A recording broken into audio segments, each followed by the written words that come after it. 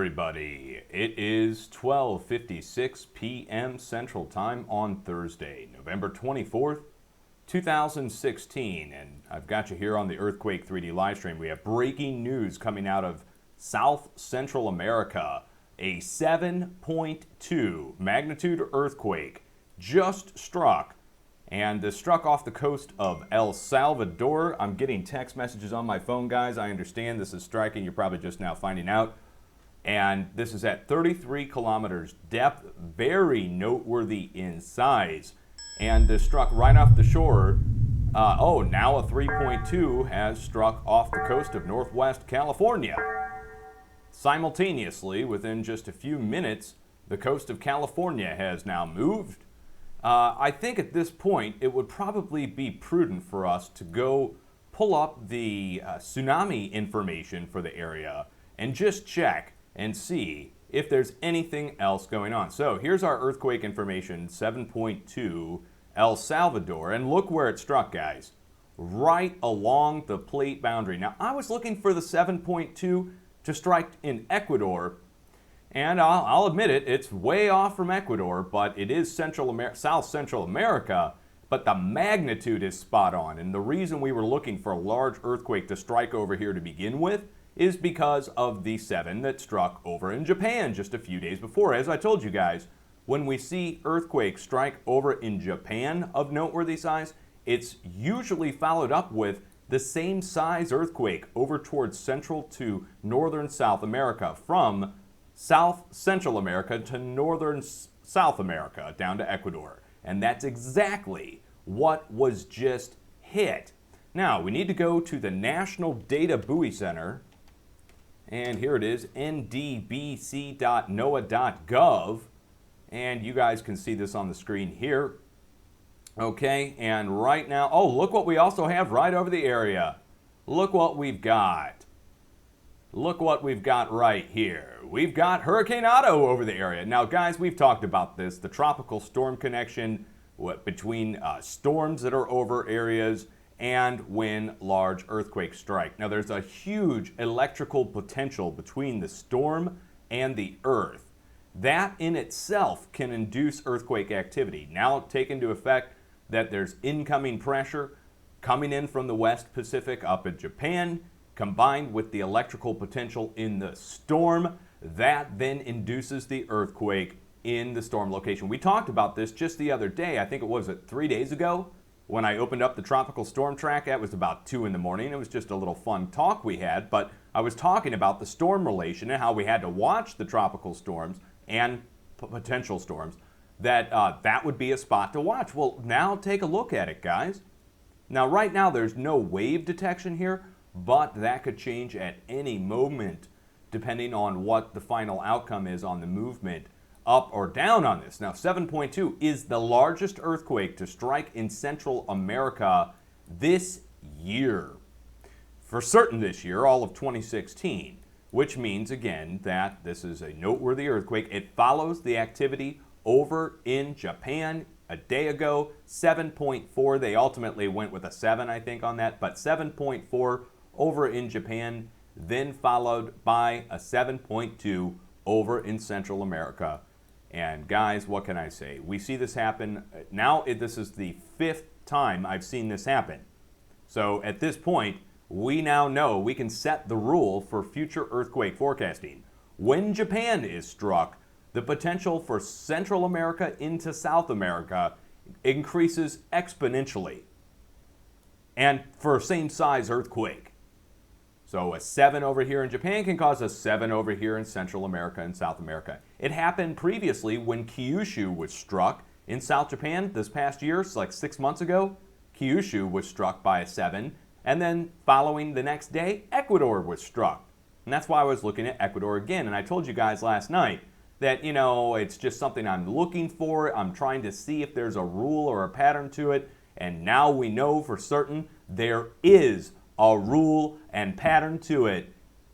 Okay? So, East Pacific compensating after the West Pacific experienced a tremendous amount of movement over the past several days. And now this is what, the third or fourth 7.0 along a plate boundary in the last couple weeks? New Zealand, Italy, Japan, and now Central America. I would dare say that there is something going on, and all of them shallow, by the way. 33 or less kilometers, like 33 kilometers, 25 kilometers, 10 kilometers. All right, and that follows all of the deep movement that precedes this large activity. So I want you to understand it like this, that when you push on the underside of the West Pacific Plate, and that will then displace the eastern side of the West Pacific Plate in the opposite direction. Push from one side, move on the other. It's basic physics. It was denied by professionals that it could happen. They said that the plate was too large and there was too many connecting faults.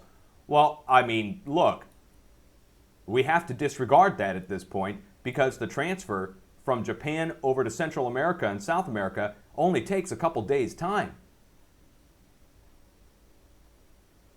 It's a huge, phenomenal thing that's going on right now, guys. So I'm going to save this as a video on my channel. If you're just now tuning in, a very large earthquake just struck in Central America. We were talking about the threat down in Ecuador, and instead it struck to the north of Ecuador, but within a couple small Central American countries. Definitely related to the Japan earthquake. Wow, wow, wow. Okay, so again, guys, now is go time. You need to dust off your earthquake plans and be prepared just in case. With this kind of activity going on over in the East Pacific, there is going to be compensation movement. There already was, within just a few minutes, a noteworthy 3.2 struck on the Gorda Escarpment. This is the plate boundary to the north. So you guys can again see on the screen. Let me get back over to my plate boundary map. This is from the USGS. It shows us the red lines around the world. And you can see down here where the earthquake struck. Okay, so here we are off the coast of El Salvador, Nicaragua, Costa Rica. Follow the red line up to the north. Where does it go? It goes right up through California and meets where? Right here off the coast of Eureka. And you see the bend in the red line there. Okay, it goes upwards and out to the northwest and to the west. Let's get back over and look where the earthquake struck. Okay, look. I mean, it's pretty obvious, right? So the 7.2 instantly caused movement up to the west-northwest. So get the word out, guys. It's going down now. We talked about this yesterday, the potential for the East Pacific to see a large earthquake. I was looking for I was looking for Ecuador, and instead we see El Salvador. There it is. Again, guys, I hope everybody there is okay. It, no doubt, was felt throughout the area and shook everybody up and definitely scared people and most likely caused damage. It's close enough to the shore that it may have caused damage along the coast, some of the coastal cities there. Definitely landslides are potential, and the potential for other movement in other nearby areas now really, really exists. Okay, so have a good Thanksgiving if you're here in the States, but you really need to watch. You really need to watch off the west coast of the U.S. You need to watch in the adjacent areas to the south as well, across Central America, back into Ecuador and Peru. Why? Well, it's a halfway point between the two zones that have moved, and now we saw huge movement here. Additionally, if you live over in the Eastern Caribbean, I have to issue an extreme alert right now for Puerto Rico, going down to Dominica, and as far west as, let's put the Dominican Republic and Haiti on alert as well. This whole section, from Dominican Republic over to Puerto Rico, down to Dominica at northwest of Barbados. You guys need to be on watch for the potential of an extreme increase. We're going to go through the roof here. What always happens whenever we see large movement here off the west coast of Central America, it puts pressure to the east and it follows the Cayman Trench. So like Jamaica even. I mean, we're going to see noteworthy earthquakes in the next several days off this 7 pressed to the east. And it's going to go all the way out to the mid-Atlantic ridge. There's no doubt about that. So things are about to excite all across Central America, pushing to the east. South America is under the gun. West coast of the United States is under the gun. In the spots that we warned already just hit. What can I say? Guys, this Thanksgiving, I know you're going to have to get the word out to your peeps on Thanksgiving and say, hey, big earthquake over here on our side. get the word out. West coast of the U.S., West coast South America, and also over to the east. All spots are going to move. All three areas, north, south, and east. Okay? And that's going to all happen in the next 72 hours or less. Not going to take a long time. This is a shallow, large earthquake, the largest of the year over here in the east, Central America at least. Now, you go back down, Ecuador was struck by the 7.8, but Central America, this is the largest one of the year. So, again, dust off your plans. This is go time. This is where you send your email out to the people on the West Coast. Say, hey, just be aware. Not trying to panic you. You know, Dutch is saying, hey, just watch out. You know, he already issued the warnings for those spots. And now that there's a 7, it's going to really prime things up, and it's going to start to move. So just be on watch. This also includes the Midwest United States.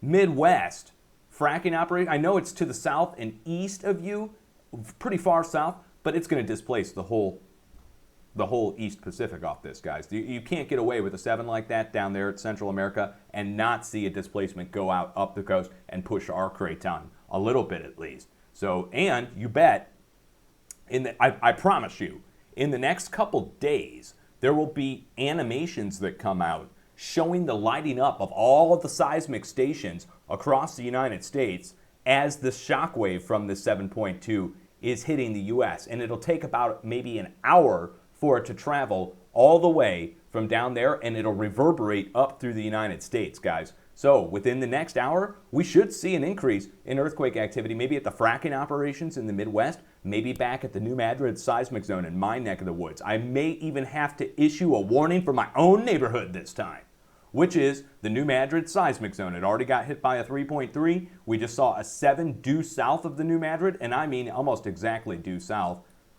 by the curvature of the earth. If you follow that, the 3.3 up to the north here in my neck of the woods, South Missouri, and the 7 down to the south, this can excite things to the north.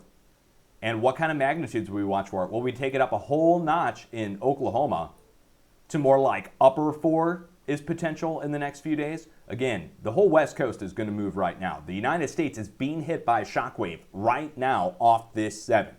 It's lighting up our seismic stations, I guarantee it, and I've seen it before. When we see a large earthquake like this down in Central America, and then, you know, a couple days or a week later, they'll release the station chart light-up list as the wave hits.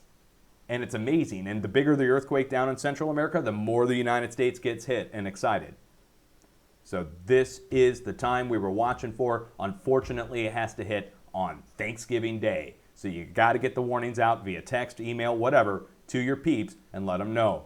It's go time, okay? And we're only watching, again, 48 hours will tell the tale on this 7.2. By 72 hours, it'll have played itself out. So it's a 2-day warning, really, 2 to 3 day warning off this 7 right now.